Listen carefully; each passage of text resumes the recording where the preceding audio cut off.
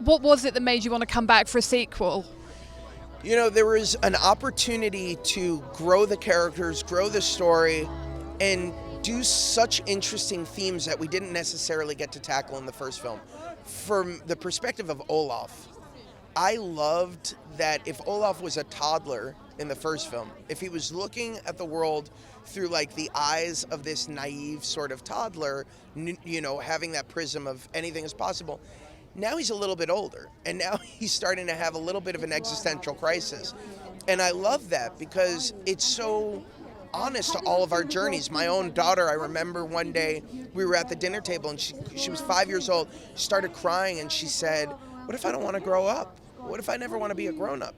And it hit me, and that is Olaf's journey in this movie, is he's dealing with the difficult questions that come with growing older.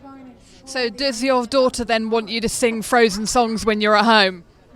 No, she wants me to get Idina and Kristen to sing Frozen songs to her when I'm at home. They're over my songs. Thank you. So what most excited you about coming back for a sequel? We're excited to get back in the studio and sort of get inside Elsa's head again and work with the creative team. They're just such brilliant writers, directors, the animators. It's just, and they're so collaborative. Was there anything in the script for Frozen 2 that surprised you?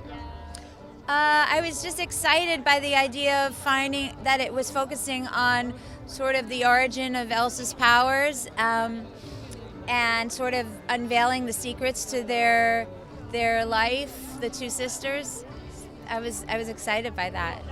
I actually turned on TV yesterday and Enchanted was on, and I know they've often talked about a sequel. Would you come back for the sequel? I would, definitely. Yeah. Is there any news on it at all? I think they're working on it, but we'll see what happens. Hello, nice to meet you. I'm from Digital Spy. Hi. Hi. Obviously Frozen, everybody loves it so much. So was it scary to come up with an idea for a sequel? Well, what I love is Chris and Jen, we kind of missed the characters, and when the idea came up, we realized there was more story to tell, but it really came from the directors wanting to tell more stories. So we tended to put the pressure of the outside world out of the story room, and we made a pact with each other that we would build the story the exact same way we did the first one, from character first, then plot, and adding the songs. So hopefully we've done it the right way.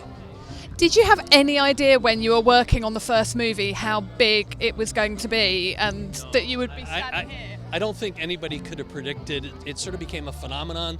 The world made this movie their own. They know it as well as we know the movie now. All we hope is that we do them proud with the second one.